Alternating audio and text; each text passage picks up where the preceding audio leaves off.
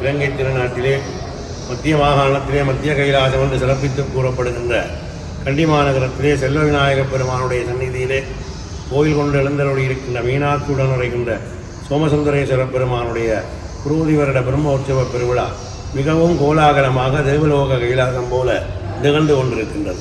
பங்குனி மாத உத்தர நட்சத்திரத்திலே எம்பெருமானுக்கு தீர்த்த உற்சவத்தை முன்னிட்டு மகோற்சவ பெருவிழா வெகு விமர்சையாக நடந்து அறிக்கொண்டிருக்கின்றது. வருகின்ற வியாழக்கிழமை எம்பெருமானுடைய ரதோற்சவ பெருவிழா சிறப்பாக நடைபெற இருக்கின்றது.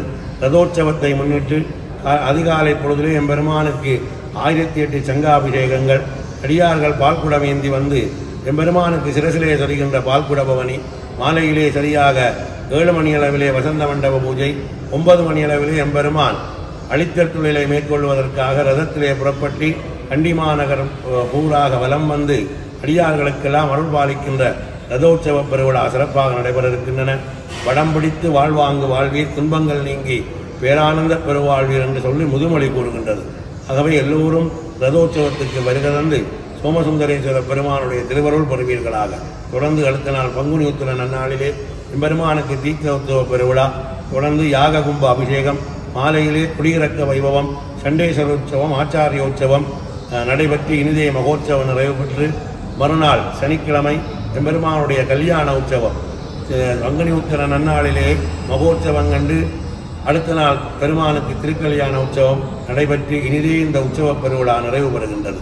ஆகவே அடியவர்கள் எல்லோரும் தேவலோக கைலாசம் என்று கூறப்படுகின்ற மத்திய கைலாசம் என்று மத்திய மாகாணத்திலே சிறப்பாக கூறப்படுகின்ற சோமசுந்தரேஸ்வர பெருமானுடைய ஆலயத்துக்கு வருகை தந்து உங்களுடைய துன்பங்கள், கஷ்டங்கள், இன்னல்கள் எல்லாம் விலகி இந்த பெருமானுடைய மகோற்சவத்தின் பலனாக நாடு வாழ வேண்டும், மக்கள் வாழ வேண்டும், எல்லா இன மக்களும் ஒருமைப்பாடோடு வாழ வேண்டும் என்று ஆலயத்தை சிறந்த முறையிலே வழிநடாத்துகின்ற ஆலய தர்மகர்த்தா, அரும்பாடுபட்டு உற்சவத்துக்காக உழைக்கின்ற அனைத்து உள்ளங்கள், அவனை நாடு அவன் புகழ் பாடுகின்ற வருகின்ற அடியார்கள், சிலவையெல்லாம் பாராத தேவலோக கைலாசம் போல விழாவை செய்கின்ற விழா உபயகாரர்கள் எல்லோருக்கும் இந்த பெருமானுடைய அருள் பெற்று இலங்கை திருநாட்டிலே சாந்தி சமாதானம் நிலைத்து இந்த மகோற்சவத்தின் பலனாக சிறப்பான வாழ்வு கிடைக்க பெருமான் பாதம் பணிந்து அருளாசி கூறுகின்றேன். தென்னாடுடைய சிவனையை போற்றி, தென்னாட்டவர்க்கும் இறைவா போற்றி, இன்பமே சூழ்க, எல்லோரும் வாழ்க.